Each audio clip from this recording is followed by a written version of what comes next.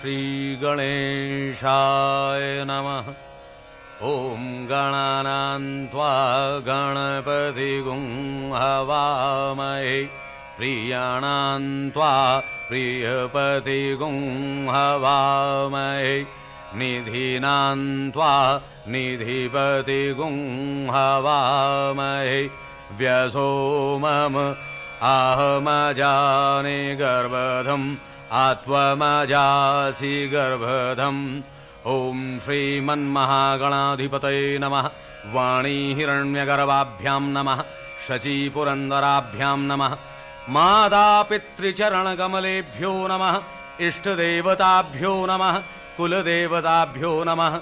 ग्रामदेवताभ्यो नमः। स्थानदेवताभ्यो नमः। वासुदेवताभ्यो नमः। सर्वेभ्यो देवेभ्यो नमः। सर्वेभ्यो देवेभ्यो नमः। बोलो सत्यनारायण भगवान की जय। सज्जनों, एक समय की बात है, नैमिषारण्य तीर्थ क्षेत्र में शौनक आदि ऋषि मुनि एकत्रित हुए। उस समय पुराणों और महाभारत के रचयिता श्री भगवान वेदव्यास जी के प्रधान शिष्य श्री सूत जी भी वहां विराजमान थे।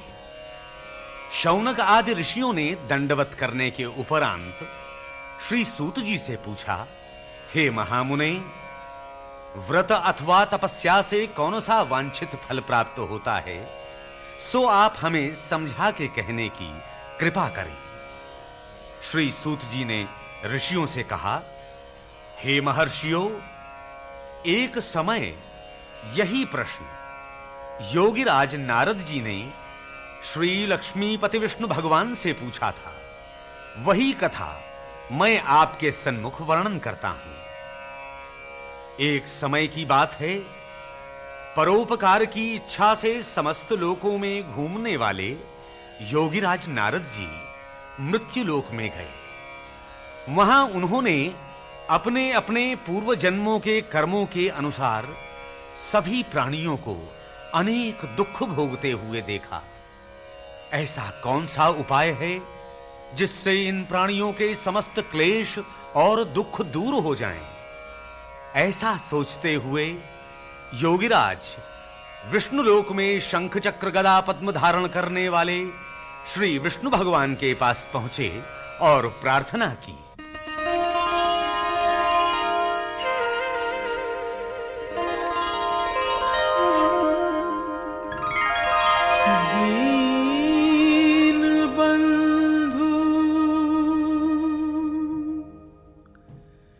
दीन बंधु भगवान भगवान दाता दीन बंधु भगवान दीन बंधु भगवान कर दो इस जग का कल्याण दाता दीन बंधु भगवान दीन बंधु भगवान।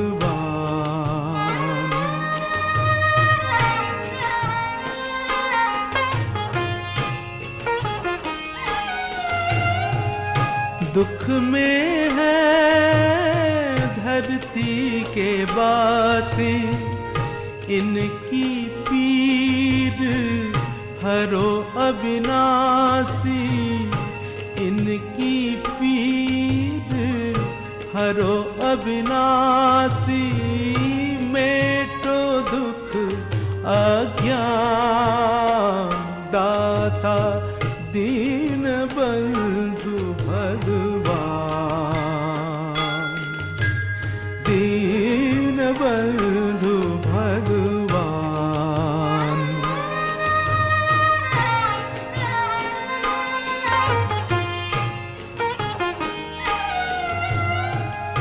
रोग शोक और पाप में मिटा दो, सुख का अमृत रस बरसा दो, सुख का अमृत रस बरसा दो, हो चरणों में ध्यान, दाता दीन बंधु भगवान, दीन बंधु भगवान, कर दो इस जग का कल्याण, दाता दीन बंधु भगवान। नारद जी की ऐसी परोपकारी वाणी सुनकर श्री विष्णु भगवान ने कहा, हे नारद, मोहजाल में फंसे हुए प्राणियों के दुख को दूर करने वाला एक ही व्रत है। श्रद्धा पूर्वक नियम और विधि विधान से श्री सत्यनारायण भगवान के व्रत और पूजन से सारे दुख नष्ट हो जाते हैं। हे नारद, इस घोर कलयुग में श्री सत्यनारायण भगवान का यह पवित्र व्रत दुख शोक मिटा के सुख सौभाग्य और संतान को बढ़ाता हुआ संसार में विजय दिलाता है। भक्ति और श्रद्धा से किसी भी दिन सायंकाल ब्राह्मणों, गुरुजनों, इष्टमित्रों और भाई बंधुओं सहित इकट्ठे होकर श्री सत्यनारायण भगवान का व्रत पूजन करना चाहिए। सवाया प्रसाद भगवान के चरणों में अर्पण कर पंचामृत और प्रसाद सबको बांटे और स्वयं ले। उसके उपरांत श्री सत्यनारायण भगवान का स्मरण करते हुए सब लोग अपने अपने घर जावें और निश्चय करें कि वे सत्यवाणी और व्यवहार से अपने जीवन को सफल बनावेंगे। इस प्रकार श्री सत्यनारायण भगवान का व्रत और पूजन करने से मनुष्यों की समस्त मनोकामनाएं अवश्य पूर्ण होती हैं। इति श्री स्कंद पुराणे रेवाखंडे सत्यनारायण व्रत कथायां प्रथमोऽध्यायः। बोलो श्री सत्यनारायण भगवान की जय।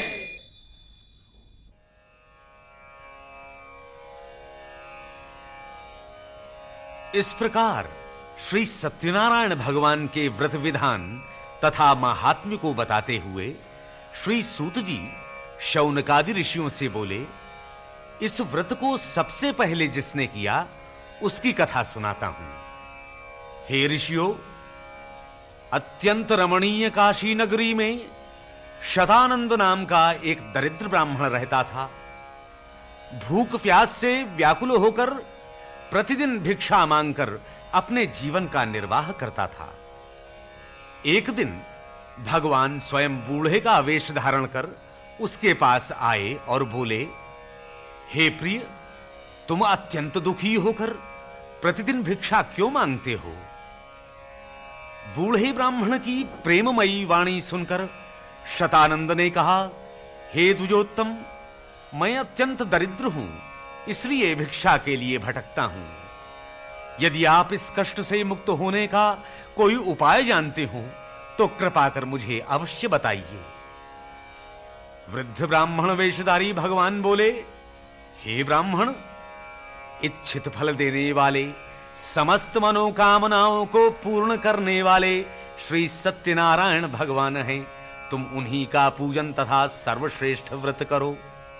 इस व्रत के करने से मनुष्य आवागमन के बंधनों से मुक्त होकर पृथ्वी पर स्वर्ग के सुखों को भोगता है। उस दरिद्र ब्राह्मण को व्रत का विधान बताकर वृद्ध वेशधारी श्री सत्यनारायण भगवान अंतर्धान हो गए। अगले दिन व्रत और पूजन का संकल्प करके शतानंद नित्य की भांति भिक्षा के लिए नगर में गया। उस दिन भगवान की दया से उसे धन भी अधिक प्राप्त हुआ। उस धन से शतानंद ने भाई बंधुओं सहित श्री सत्यनारायण भगवान का व्रत किया।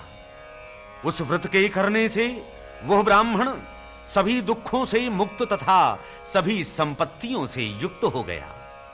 शतानंद इस व्रत के प्रभाव से ब्राह्मणों में सर्वश्रेष्ठ हो गया। उस समय से लेकर वह प्रत्येक मास श्री सत्यनारायण भगवान का व्रत करता और इस प्रकार सभी दुखों से मुक्त होकर अत्यंत दुर्लभ मोक्ष पद को प्राप्त हुआ। श्री सूत जी बोले, हे ऋषियों, श्री विष्णु भगवान ने योगीराज नारद जी से जैसा कहा, मैंने वो सभी कुछ आपको बताया। अब और क्या कहूं? ऋषिजन बोले, हे मुनिश्रेष्ठ, हम लोगों को और अधिक सुनने की श्रद्धा हो रही है। उस ब्राह्मण के उपरांत इस पृथ्वी पर और किसने इस व्रत को किया, उसे हम लोग भली भांति सुनना चाहते हैं, सो कृपा करके बताइए। श्री सूत जी बोले, हे ऋषियों, एक समय वही शतानंद ब्राह्मण जब श्री सत्यनारायण भगवान का व्रत कर रहा था, तो एक लकड़हारा शतानंद के भवन के पास से निकला। लकड़हारा भवन के आंगन में स्त्री पुरुषों का कीर्तन सुनने लगा।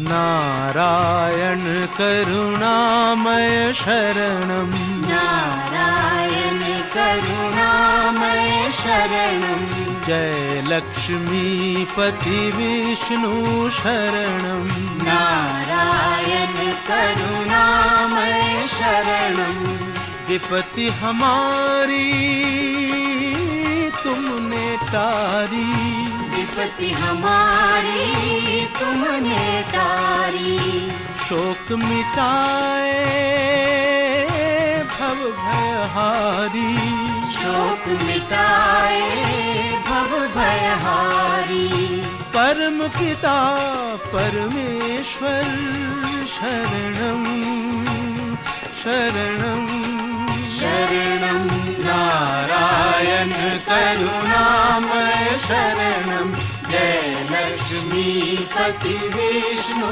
शरणं, नारायण करुणामय शरणं।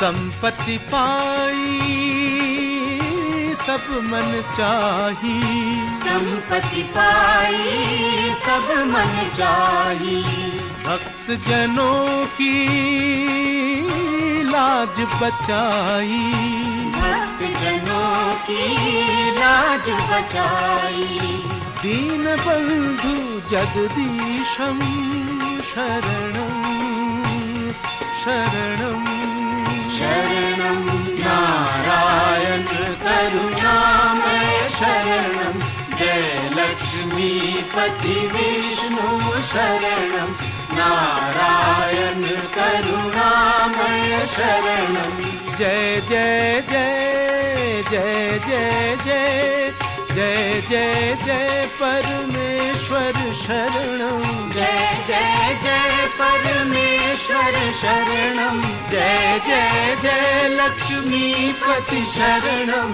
जय जय जय परमेश्वर शरणं, जय जय जय लक्ष्मीपति शरणं। कीर्तन को सुनकर और शतानंद को व्रत करते देख सिर झुकाकर लकड़हारे ने पूछा, हे द्विजोत्तम, आप ये क्या कर रहे हैं और इसके करने से क्या फल प्राप्त होता है, सो विस्तार पूर्वक समझाने की कृपा करें। लकड़हारे की वाणी सुनकर शतानंद ने कहा, ये सभी इच्छित फलों को देने वाला श्री सत्यनारायण भगवान का व्रत है। इसी के प्रसाद से मुझे धन, मान और वैभव प्राप्त हुआ है। शतानंद से उस व्रत के महात्म्य को जानकर लकड़हारा अत्यंत प्रसन्न हुआ और प्रसाद लेकर लकड़ी के गट्ठे को सिर पर रखकर नगर में गया। उस दिन लकड़हारे ने लकड़ियों का और दिनों से दुगुना मूल्य पाया। तत्पश्चात प्रसन्न मन से सुंदर पके केले, मधु, घी, दूध, गेहूं का आटा तथा हवन की सामग्री लेकर घर आया। उसके उपरांत अपने बंधु बांधवों को बुलाकर विधि पूर्वक श्री सत्यनारायण भगवान का व्रत किया। उस व्रत के प्रभाव से धन एवं संतान आदि से संपन्न होकर इस लोक के समस्त सुखों को भोगता हुआ अंत में मोक्ष पद को प्राप्त हुआ। इति श्री स्कंद पुराणे रेवाखंडे श्री सत्यनारायण व्रत कथायां द्वितीयोऽध्यायः। बोलो श्री सत्यनारायण भगवान की जय।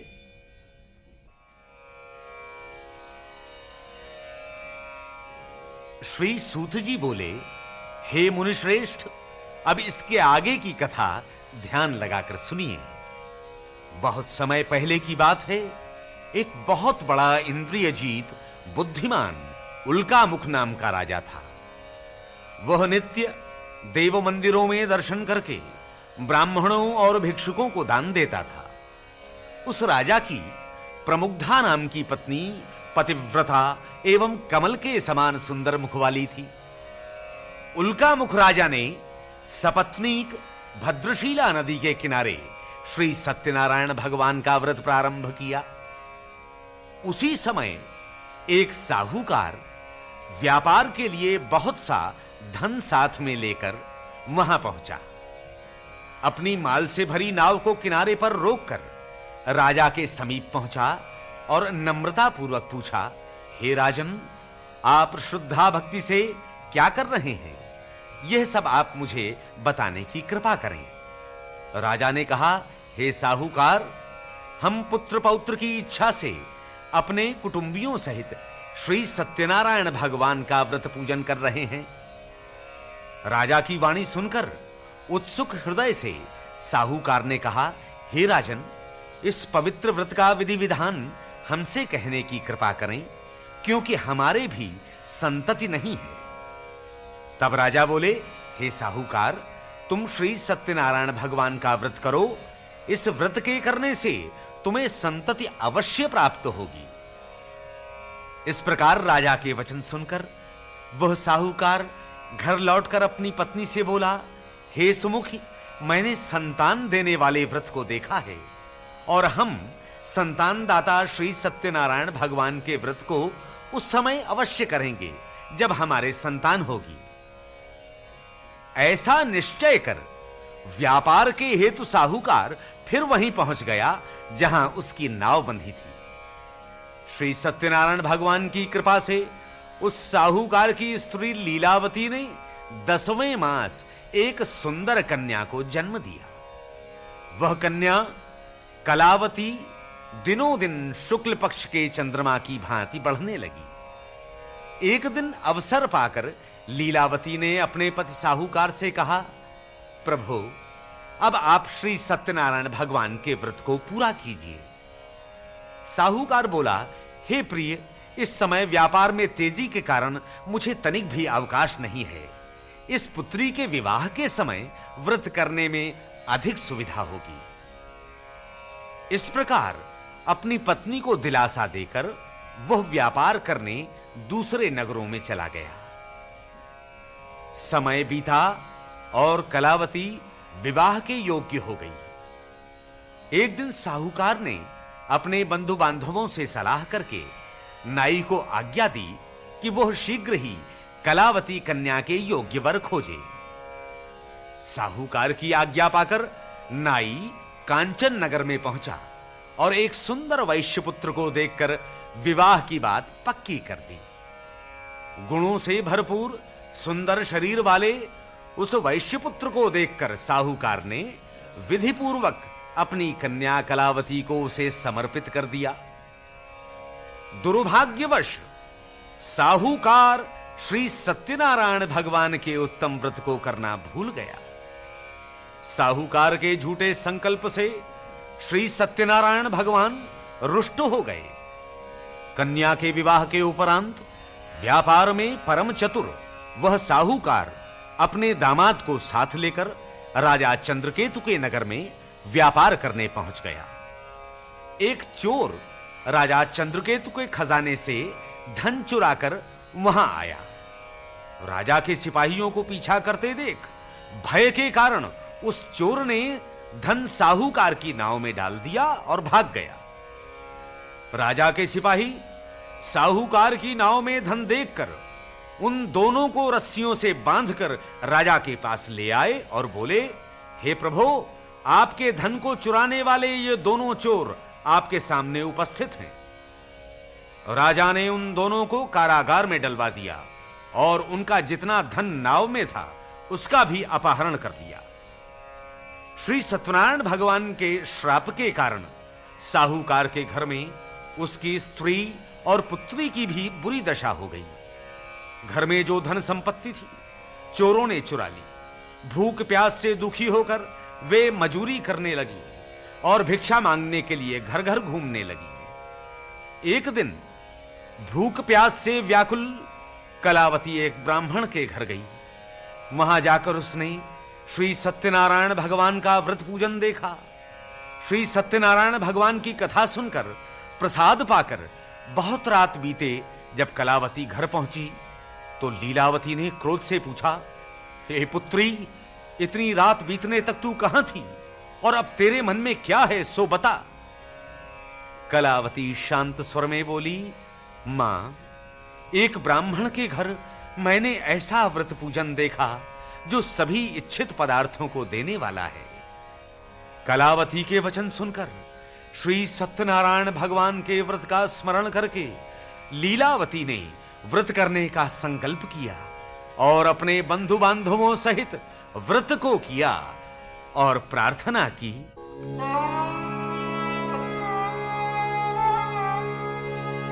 जो भटक रहा